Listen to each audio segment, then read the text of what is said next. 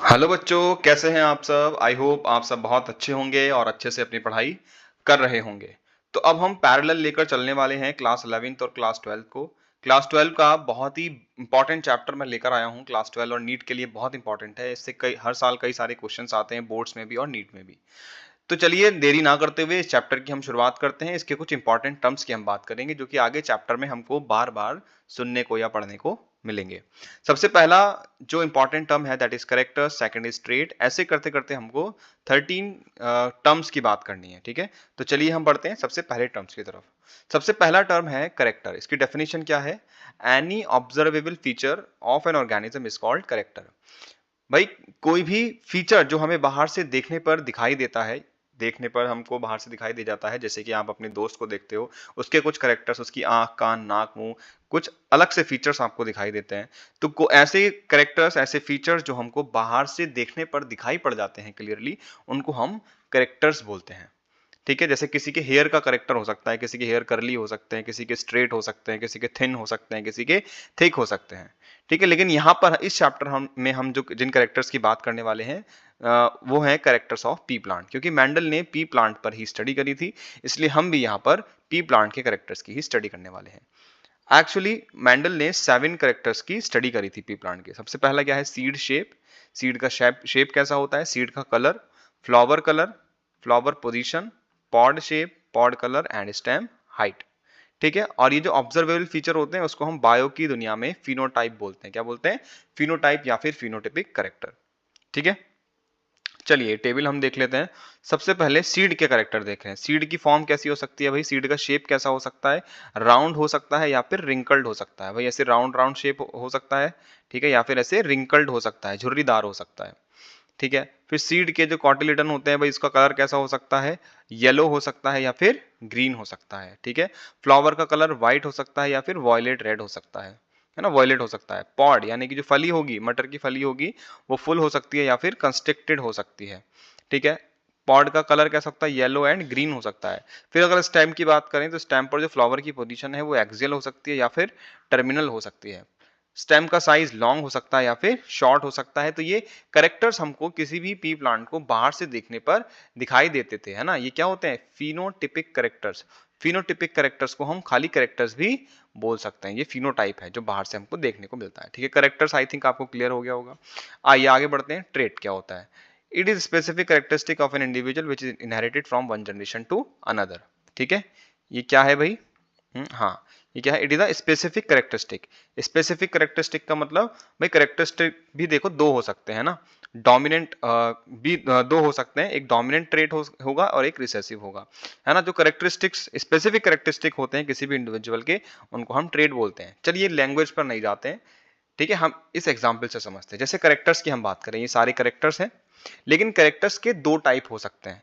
या तो character dominant हो सकता है या फिर रिसेसिव हो सकता है। तो ये डोमिनेंट और रिसेसिव जो है, इसी को हम क्या बोलते हैं कि ये ट्रेट है। स्टेम की हाइट, टॉलनेस डोमिनेंट होगा, है ना, और ड्वार्फनेस उसका रिसेसिव होगा। ठीक है, समझ में आएगा अभी डोमिनेंट और रिसेसिव क्या होता है, वो भी हम पढ़ेंगे। ठीक है, तो ये टॉल जो है ये ट्रेट है, ये स्पेसिफिक करेक्टरिस्टिक है ना।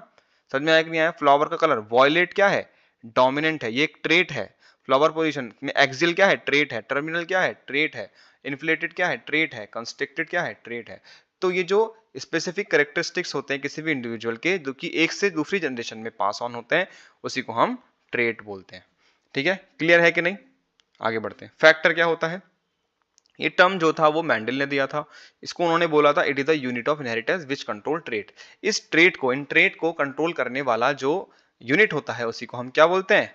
फैक्टर बोलते हैं। ठीक है, यही ट्रेट जो होता है एक से दूसरी जनरेशन में पास ऑन होता है ना। एक से दूसरी जनरेशन में जो करेक्टर्स को या ट्रेड्स को ट्रांसफर करता है मतलब करने में हेल्प करता है, सॉरी पंबल हो गया मैं, है ना, ट्रांसफर करने में हेल्प करता है, उसी को हम फैक्टर बोलते हैं। है ना, किसने बोला था? मैंडल ने बोला। भाई उनसे पूछा गया कि बताओ ये ट्रेट आप बोलते हो कि करेक्टर्स होते हैं, ट्रेट्स होते हैं, तो ये ट्रेट कैसे पास होते हैं एक से दूसरे जनरेशन में? तो मैंडल ने बोला कि फैक्टर होता है, कोई कारण होता है जो कि एक से दूसरी जनरेशन में पास ऑन होता है ना, उसी को हम फैक्टर बोलते हैं। चलिए आगे बढ़ते हैं। ठीक है, अब जीन क्या होता है? ठीक है, ये जो टर्म था, ये जो टर्म था, कौन सा टर्म? जीन जो टर्म है ये किसने दिया था? जोहानसन नाम के एक साइंटिस्ट थे, उन्होंने दिया था, है ना। वो क्या कहते थे? Gene is a unit of inheritance. वो कहते थे कि जीन जो है एक यूनिट है इनहेरिटेंस की, which is carried from parent to the offspring by a gamete. ठीक है, इनहेरिटेंस का मतलब समझते हो? इनहेरिटेंस का मतलब होता है कैरेक्टर्स का एक से दूसरी जनरेशन में पास ऑन होना। असल में होता क्या है, जब गैमेट का फॉर्मेशन होता है, क्या होता है?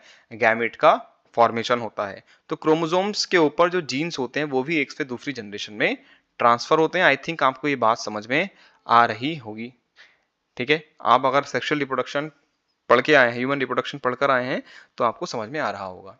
ठीक है, हाँ। अब उनसे पूछा गया कि बताओ ये जीन कहाँ पर होते हैं, है ना। जॉनसन से पूछा गया कि बताओ जीन होते कहाँ पर है, आप कहते हो कि एक से दूसरी जनरेशन में पास होते हैं, लेकिन इनकी पोजीशन क्या है? तो उन्होंने कहा कि क्रोमोसोम के ऊपर जीन प्रेजेंट होते हैं, और क्रोमोसोम पर भी जहां पर जीन प्रेजेंट होते हैं उस पोजीशन को हम लोकस बोलते हैं। जैसे ये टॉलनेस का जीन है ना, ये सॉरी ये हाइट का जीन है, और ये सीड शेप का जीन है। ठीक है, समझ में आया कि नहीं आया? तो जहां पर ये जीन प्रेजेंट होते हैं उस पोजीशन को क्या बोलते हैं? लोकस बोलते हैं। समझ में आया कि नहीं आया? तो मेंडल का जो फैक्टर था उसी को जोहानसन ने जीन बोला, है ना। इनसे पूछा गया था जब मेंडल से जब पूछा गया कि बताओ भाई फैक्टर, आप कहते हो कि फैक्टर होते हैं एक से दूसरी जनरेशन में पास ऑन होते हैं, लेकिन ये फैक्टर होते कहां पर है गैमेट के अंदर? तो ये चीज वो नहीं बता पाए थे, इस चीज को बताने में वो असमर्थ रहे थे। ठीक है, लेकिन इस चीज का सबूत किसने दिया? जॉनसन ने दिया। जॉनसन ने बोला कि क्रोमोसोम के ऊपर होते हैं जीन, और जिस पोजीशन पर होते हैं उसको बोलते हैं लोकस। ओके, समझ में आया नहीं आया? तो फैक्टर और जीन एक ही बात है। फैक्टर मेंडल बोलते थे, जॉनसन ने जीन बोल दिया, बस इतना सा डिफरेंस है। क्या बात समझ में आ गई? बहुत इजी है। आगे बढ़ते हैं, सिंबल्स यूज्ड फॉर जीन्स। अब जीन्स के लिए कौन कौन से सिंबल्स यूज होते हैं, आइए देख लेते हैं। Let me rub it. कौन कौन से सिंबल यूज होते हैं, क्योंकि आगे जब हम क्रॉस बनाएंगे ना, तो वहां पर हमें सिंबल्स की ही रिक्वायरमेंट होगी। हर ट्रेट को एक सिंबल दिया गया है। ट्रेट समझते हो? Alternative form of characteristic is called trait.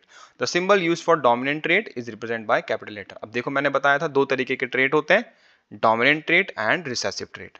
समझ में आया कि नहीं आया? डोमिनेंट जो खुद को एक्सप्रेस करेगा, मैं बताऊंगा अभी क्या होता है, अभी बस सुन लो। ट्रेट दो तरीके के होते हैं, एक होता है डोमिनेंट और एक होता है रिसेसिव। ठीक है, समझ में आई बात? चलिए, तो सबसे पहले कैरेक्टर्स लेते हैं स्टेम हाइट। ये बहुत इंपॉर्टेंट है, ये पूरी टेबल इंपॉर्टेंट है। अगर ये टेबल आपको नहीं आएगी तो आगे जो क्वेश्चंस हम करने वाले हैं वो समझ में नहीं आएंगे। तो ये कैसा है? इंपॉर्टेंट है। ठीक है, इसको याद होना चाहिए। कल को जब मैं क्वेश्चन कराऊंगा तो इसको ये पूरी टेबल सबको आनी चाहिए। समझ में आई बात कि नहीं आई? हाँ, तो स्टेम हाइट करेक्टर है। इसमें दो ट्रेट होते हैं, dominant trait, recessive trait. Dominant trait कौन सा है? टॉलनेस। भाई प्लांट टॉल हो सकता है या फिर ड्वार्फ हो सकता है। फ्लावर का कलर या तो वॉयलेट हो सकता है या व्हाइट हो सकता है। वॉयलेट क्या है यहाँ पर? डोमिनेंट है। फ्लावर की पोजीशन या तो एक्सियल हो सकती है या फिर टर्मिनल हो सकती है। एक्सियल क्या है यहाँ पर? डोमिनेंट। रिसेसिव मतलब, हाँ सॉरी, टर्मिनल मतलब रिसेसिव होगा। ठीक है, पॉड का शेप कैसा होता है? इन्फ्लेटेड या फिर कंस्ट्रिक्टेड। पॉड का कलर कैसा होता है? ग्रीन या फिर येलो। ये सारे डोमिनेंट कैरेक्टरिस्टिक्स हैं और ये सारे रिसेसिव कैरेक्टरिस्टिक्स हैं। जब हम आगे क्रॉस बनाएंगे तो ये सारी टेबल हमको याद होनी चाहिए। अगर अभी याद भी नहीं होती है तो कोई दिक्कत नहीं है, जब हम क्वेश्चन करेंगे ना तो इस टेबल को हम बार बार रिवाइज करते रहेंगे और ये टेबल हमको अपने आप याद हो जाएगी। तो इसमें कोई लोड लेने वाली बात ऐसी नहीं है ना। ये इंपॉर्टेंट है, देखो ये वाले दोनों इंपॉर्टेंट है क्योंकि एनसीईआरटी में दे रखा है। ठीक है, ओके।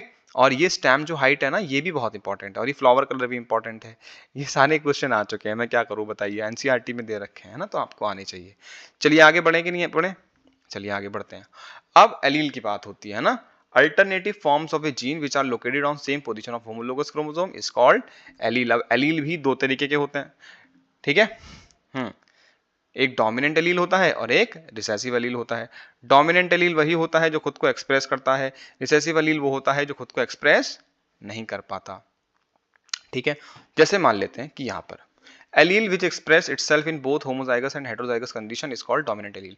देखो जैसे मान लेते हैं कि हाइट का जीन है ना, कैपिटल टी। ठीक है, कि डोमिनेंट है, ये एक एलील ये रहा, सॉरी लिखने गलती हो गई। डोमिनेंट एक एलील ये रहा और एक एलील ये रहा। कितने एलील हैं? दो हैं। ये देखो, जब दोनों एलील बिल्कुल सेम होते हैं ना तो उसको हम बोलते हैं होमोजाइगस कंडीशन। क्या बोलते हैं? Homozygous condition. Homozygous condition. ठीक है, और जब दोनों डिफरेंट होते हैं, ऐसे होते हैं, तो इस कंडीशन को हम बोलते हैं हेटेरोजाइगस। क्या बोलेंगे? Heterozygous condition. समझ में आया कि नहीं आया? तो ऐसी एलील जो खुद को एक्सप्रेस कर सकती है दोनों कंडीशन में, चाहे वो होमोजाइगस कंडीशन हो यानी कि ये वाली कंडीशन हो, चाहे हेटेरोजाइगस कंडीशन हो, तो उसको हम क्या बोलेंगे? Dominant allele. ठीक है, अब ये जो देखो पेयर है, ये जीन है ना, ये एक जीन है, हाइट का जीन है, इसमें दो एलील है, एक ये और एक ये, इसमें भी एक ये, एक ये, एक ये। ठीक है, तो कैपिटल टी यहाँ पर डोमिनेंट एलील है और स्मॉल टी यहाँ पर रिसेसिव एलील है। समझ में आया कि नहीं आया? डोमिनेंट एलील खुद को एक्सप्रेस करता है हमेशा, चाहे होमोजाइगस कंडीशन हो चाहे हेटेरोजाइगस कंडीशन हो। ठीक है, समझ में आई बात कि नहीं आई? आगे बढ़ते हैं। दूसरा है रिसेसिव एलील। रिसेसिव एलील जो केवल खुद को होमोजाइगस रिसेसिव कंडीशन में ही एक्सप्रेस कर पाता है, उसको हम रिसेसिव एलील बोलते हैं। देखो एक चीज मैं दिखा देता हूं आपको, एक मिनट पेज ऐड कर लेता हूं, है ना। देखिए जरा, अब जैसे मान लेते हैं कि ये वाली कंडीशन है, ये कंडीशन है, ठीक है, एक ये कंडीशन हो सकती है, ठीक, और एक ये वाली कंडीशन हो सकती है। यहां पर दोनों एलील हमको कैसे दिख रहे हैं? डोमिनेंट। तो ये कैसी कंडीशन हो जाएगी? होमोजाइगस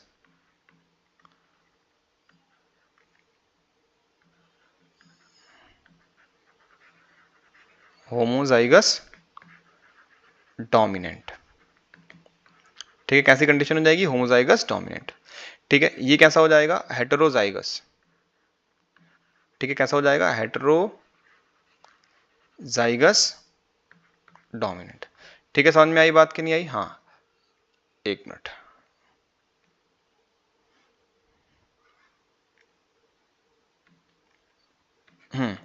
ये कैसी कंडीशन हो जाएगी? Homozygous recessive condition. ठीक है, पता नहीं क्या हो गया, मेरे टैब में कोई दिक्कत हो गई। आपको समझ में तो आ रहा है ना, ये होमोजाइगस रिसेसिव कंडीशन होगी। ठीक है, रिसेसिव एलील खुद को यहीं पर एक्सप्रेस कर पाएगा, बस रिसेसिव एलील खुद को यहाँ पर एक्सप्रेस कर पाएगा, लेकिन डोमिनेंट एलील खुद को यहाँ पर भी एक्सप्रेस कर पाएगा, होमोजाइगस में भी और हेटेरोजाइगस में। तो आई होप आपको ये चीज समझ में आ रही होगी, है ना। एक बार इसको अच्छे से पढ़ लेंगे। आगे बढ़ते हैं। होमोजाइगस और हेटेरोजाइगस मैंने बता ही दिया। होमोजाइगोट या फिर होमोजाइगस क्या होता है? इंडिविजुअल, ऐसा इंडिविजुअल या फिर ऐसा पर्सन जिसके अंदर दोनों एलील जो होते हैं वो आइडेंटिकल होते हैं। ठीक है, दोनों आइडेंटिकल होते हैं, या तो ऐसे या फिर ऐसे, दोनों सेम एलील होंगे होमोलोगस क्रोमोसोम पर, उसको हम होमोजाइगस इंडिविजुअल बोलेंगे। होमोलोगस क्रोमोसोम समझते हो? होमोलोगस क्रोमोसोम होते हैं जो बिल्कुल स्ट्रक्चर, है ना, उनके जीन की पोजीशन, है ना, उन पर जो जीन की पोजीशन होती है वो देखने में कैसे होते हैं, मॉर्फोलॉजी कैसी होती है, जो क्रोमोसोम बिल्कुल इन सारी शर्तों में बिल्कुल सेम होते हैं, है ना, मॉर्फोलॉजी में, साइज में, स्ट्रक्चर में, जीन की लोकेशन में, उनको सबको हम होमोलोगस क्रोमोसोम्स बोलते हैं। ठीक है, हेटेरोजाइगस जैसे कि मैंने बताया, इंडिविजुअल जिनके पास एक जीन या फैक्टर के अलग अलग एलील होते हैं, उनको हम हेटेरोजाइगस इंडिविजुअल बोलते हैं। It is not pure and is called hybrid for that character. ये प्योर नहीं होते और ये कैसे कहलाते हैं? हाइब्रिड कहलाते हैं किसी भी कैरेक्टर के लिए। ठीक है, capital T capital small T, capital R small R, capital Y small Y, capital W small W, ये सब कैसी कंडीशन है? हेटेरोजाइगस, क्योंकि दोनों एलील कैसे हैं? अलग अलग हैं। ठीक है, ये देखिए यहाँ पर डायग्राम दे रखा है। ठीक है, यहाँ पर कॉपीराइट ना आ जाए, बायजूस वालों का ले लिया मैंने। होमोजाइगस है ना, देखो कैसे हैं, बिल्कुल सेम सेम है, दोनों एलील कैसे हैं? सेम है, यहाँ पर भी सेम है, लेकिन यहाँ पर कैसे है? डिफरेंट है। यहाँ पर भी कैसे है? डिफरेंट है। ओके, चलिए आ जाते हैं हम। जीनोटाइप क्या होता है? जो जेनेटिक कॉन्स्टिट्यूशन होता है हमारे क्रोमोसोम के ऊपर, जिस तरीके के जीन्स प्रेजेंट होते हैं, क्या होते हैं? जिस तरीके के जीन्स प्रेजेंट होते हैं उसको हम क्या बोलते हैं? जीनोटाइप बोलते हैं। समझ में आया कि नहीं आया? क्या बोलते हैं? जैसे ये मान लेते हैं क्रोमोसोम है, इसके ऊपर जो जीन्स प्रेजेंट होंगे, जिस तरीके के जीन्स प्रेजेंट होंगे, उसको हम उसका क्या बोलेंगे? जीनोटाइप बोलेंगे। ठीक है, the genetic constitution of genetic makeup of an organism for a particular character is called as genotype. Genotype for height क्या होता है? Capital T capital T. Height के जीनोटाइप ये होते हैं: homozygous dominant, heterozygous dominant and homozygous recessive. ठीक है, तो ये जीनोटाइप हो गया। अब इसी जीनोटाइप की वजह से हमारी बॉडी में कुछ एक्सटर्नल कैरेक्टर्स हमको दिखाई देते हैं। It is external and morphological appearance of an organism for a particular character, यानी कि तुम्हारे क्रोमोसोम के ऊपर जो जीन है उसी की वजह से तुम जैसे दिखते हो, वो इस जीन की वजह से ही दिखते हो। समझ में आया कि नहीं आया? The phenotype of an organism determined by genotype. याद रखना है, जो भी फिनोटाइप होता है, यानी कि जैसे तुम दिखते हो, जैसे तुम्हारे कैरेक्टर्स बाहर से दिखाई देते हैं, वो जीनोटाइप की वजह से होते हैं। Phenotypic characters are visible to eyes, और फिनोटिपिक कैरेक्टर्स को हम बाहर से देख सकते हैं क्योंकि ये मॉर्फोलॉजिकल कैरेक्टर्स होते हैं। बहुत ईजी है ना। देखो ये जेनेटिक कॉन्स्टिट्यूशन है, ये डीएनए है हमारा, इसके ऊपर कुछ जीन्स प्रेजेंट होंगे और इन जीन्स की टाइप ऑफ जीन की वजह से हमारा फिनोटाइपिक कैरेक्टर हमको दिखाई देता है। हम जैसे हैं वैसे जीनोटाइप की वजह से दिखाई देते हैं। अब आइए आते हैं हम हेरिडिटी या फिर इनहेरिटेंस। हेरिडिटी का मतलब क्या होता है? It is the transmission of characters from parents to offspring. भाई जैसा कि हमने देखा कि जैसा आपके पेरेंट्स हैं, आपके और आपके पेरेंट्स के अंदर कुछ ना कुछ सिमिलैरिटीज होती हैं। तो ये जो सिमिलैरिटीज होती हैं, ये जो कैरेक्टर्स का ट्रांसमिशन होता है आपके पेरेंट्स से आपके अंदर या पेरेंट्स से बच्चों के अंदर, उसी को हेरिडिटी या फिर इनहेरिटेंस बोला जाता है। जितने भी लिविंग ऑर्गेनिजम्स होते हैं वो यंग वंस मतलब कि बच्चों को पैदा करते हैं जो कि उनके जैसे ही दिखाई देते हैं। ठीक है, अब ऐसा तो है नहीं कि बिल्कुल ही सिमिलर दिखाई देते हैं, कुछ कुछ डिफरेंसेस भी होते हैं। ठीक है, जो डिफरेंसेस होते हैं उनको वेरिएशन बोलते हैं, जो सिमिलैरिटीज होती है उसको हेरिडिटी बोलते हैं। तो ट्रांसमिशन ऑफ कैरेक्टर्स, कैरेक्टर्स का ट्रांसमिट होना एक से दूसरी जनरेशन में पेरेंट्स से ऑफस्प्रिंग में, है ना, उसी को हम हेरिडिटी बोलेंगे। और जितने भी लिविंग ऑर्गेनिजम्स होते हैं वो अपने ही जैसे इंडिविजुअल्स को या ऑफस्प्रिंग को प्रोड्यूस करते हैं। बेसिस क्या होता है हेरिडिटी का? मतलब किन कारणों की वजह से ये हम बिल्कुल सिमिलर दिखते हैं? बिल्कुल क्या मतलब, कुछ कुछ सिमिलर दिखते हैं अपने पेरेंट्स के। तो मेंडल ने क्या बोला? Mendel propose that inheritance is controlled by factor. Mendel ने बोला कि फैक्टर होते हैं जो पेरेंट्स से पेरेंट से ट्रांसफर होते हैं प्रोजेनी के अंदर। ठीक है, जीन्स, ये हम पढ़ चुके हैं अब तक। भाई 23 क्रोमोसोम्स फादर से मिलते हैं, 23 क्रोमोसोम्स मदर से मिलते हैं, है ना। ये जो क्रोमोसोम होंगे इनके अंदर फादर के जीन होंगे, ये जो क्रोमोसोम होंगे इनमें मदर के जीन होंगे, ये दोनों आपस में फ्यूज करेंगे तो मम्मी के और पापा के कैरेक्टर्स तो आएंगे ही ना यार, किसके आएंगे? और पड़ोसी के आएंगे। Sorry, genes are present in all cells of the body. Gene जो होते हैं वो हमारी बॉडी के हर एक सेल में होते हैं और एक से दूसरी जनरेशन में पास होते हैं गैमेट्स के थ्रू। गैमेट कौन कौन से होते हैं? मेल में स्पर्म होता है, ठीक है, और फीमेल में ओवम होता है। समझ में आया कि नहीं आया? और जीन्स कहां पर प्रेजेंट होते हैं? क्रोमोसोम्स के ऊपर। समझ में आ गया बेसिस ऑफ हेरिडिटी? ठीक है, हाँ ये रहा। अब ये वेरिएशन है ना, it is the degree of difference between the progeny and parent. अब जो भी डिफरेंसेस दिखाई देते हैं हम में और हमारे पेरेंट्स में, हम कितने कितने अलग दिखाई देते हैं हमारे पेरेंट्स से, उसी को बोलते हैं वेरिएशन। और ये किसकी, इसके कारण क्या होते हैं? बेसिस ऑफ वेरिएशन क्या होता है? Sexual reproduction. सेक्सुअल रिप्रोडक्शन की वजह से वेरिएशन आते हैं और म्यूटेशन की वजह से वेरिएशन आते हैं। जैसे ये देखिए, राकेश रोशन है, काफी पुराने हीरो डायरेक्टर, है ना, और इनके जो बेटे हैं वो कौन है? ऋतिक रोशन। अगर तुम देखोगे तो कुछ कुछ सिमिलैरिटीज, इनके हेयर्स कुछ कुछ देख सेम दिख रहे हैं, इनकी आईज कुछ कुछ सिमिलर हैं, है ना, इनके लिप्स देखोगे तो भी कुछ कुछ सिमिलर हैं। लेकिन क्या ये दोनों बिल्कुल सेम है? नहीं, ऐसा नहीं है। तो ये जो डिफरेंसेस हैं वो वेरिएशन है और इन दोनों में जो सिमिलैरिटीज है वो इनहेरिटेंस है। इनहेरिटेंस किसकी वजह से आता है? जीन की वजह से। जीन जो ट्रांसफर होते हैं गैमेट के थ्रू एक से दूसरी जनरेशन में। ठीक है, ये दूसरे साउथ के हीरो हैं, कोई देखो, Padmashri Mammootty and his son Dulquer Salmaan, Malayalam film industry के हैं ये, है ना। इन दोनों में भी कुछ कुछ सिमिलैरिटीज, इनके हेयर, है ना, इनके आईज अगर देखोगे या लिप्स देखोगे तो कुछ कुछ सिमिलैरिटीज दिखाई देती हैं।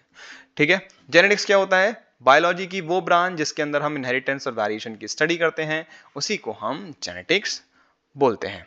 तो आज हमने पढ़े बहुत सारे बेसिक टर्म्स, और ये बेसिक टर्म्स बार बार आपको पढ़ने को मिलेंगे। कौन कौन से बेसिक टर्म्स पढ़े? Characters, trait, factor, genes, symbol use for genes, allele, homozygous और डोमिनेंट और recessive allele, homozygous, heterozygote, genotype, phenotype, heredity, variation, है ना, और जेनेटिक्स। ये सारे टर्म्स हम आज पढ़ चुके हैं। कोई भी डाउट हो मेरे को बताओ, मुझसे पूछो। मेरी इंस्टाग्राम आईडी है @abhay0917। आप बिल्कुल बेहिचक मुझसे कोई भी डाउट वहां पर आकर पूछ सकते हैं। फॉलो करें, लाइक करें और बताएं कि आपको कौन से टॉपिक में दिक्कत है, मैं उसका वीडियो बनाने की कोशिश करूंगा। तो थैंक यू सो मच। पढ़ते रहें और वीडियो को शेयर करते रहें। ठीक है, ऑल द वेरी बेस्ट।